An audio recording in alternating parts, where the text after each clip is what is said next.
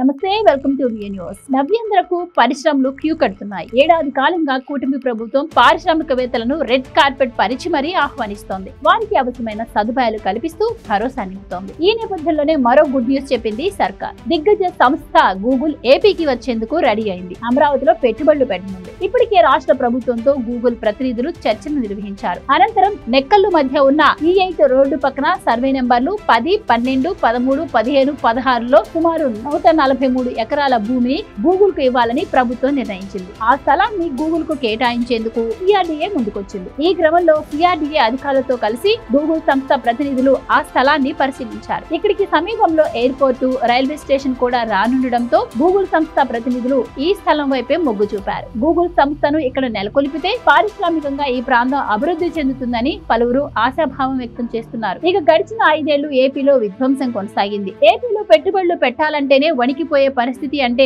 జగనాసుర పాలన ఎలా కొనసాగిందో అర్థం చేసుకోవచ్చు. కొత్త పరిశ్రమలకు ఆహ్వానం పలకకపోగా ఉన్న వాటిని జగన్ రాక్షస దండు తరిమే ప్రయత్నం చేసింది. స్కాములతో జాతీయ స్థాయిలో రాష్ట్రం పరువు తీసింది. జగన్ సైతం ఏనాడు రాష్ట్ర అభివృద్ధిని పట్టించుకోలేదు. ఎప్పుడూ కేసుల నుంచి రక్షణ కోసమే అధికారాన్ని వాడుకున్నారు. కానీ కూటమి ప్రభుత్వం అధికారంలోకి వచ్చాక సీన్ మారిపోయింది. జాతీయ స్థాయిలో ఏపీకి పరపతి పెరిగింది. ఇదే అవకాశంగా చంద్రబాబు సైతం రాష్ట్రాన్ని అభివృద్ధిలో పరుగులు పెట్టించేందుకు తీవ్రంగా శ్రమిస్తున్నారు. వయసును కూడా లెక్క చేయకుండా పారిశ్రామికవేత్తలు అధికారులతో సమన్వయం చేసుకుంటూ రాష్ట్రానికి పెట్టుబడులు తెచ్చేందుకు తాలికి బలపం కట్టుకుని తిరుగుతున్నారు. రాబోయే 5-10 ఏళ్లలో నవ్యాంధ్ర ముఖ చిత్రాన్ని మార్చాలని కంకణబద్దులై సాగుతున్నారు.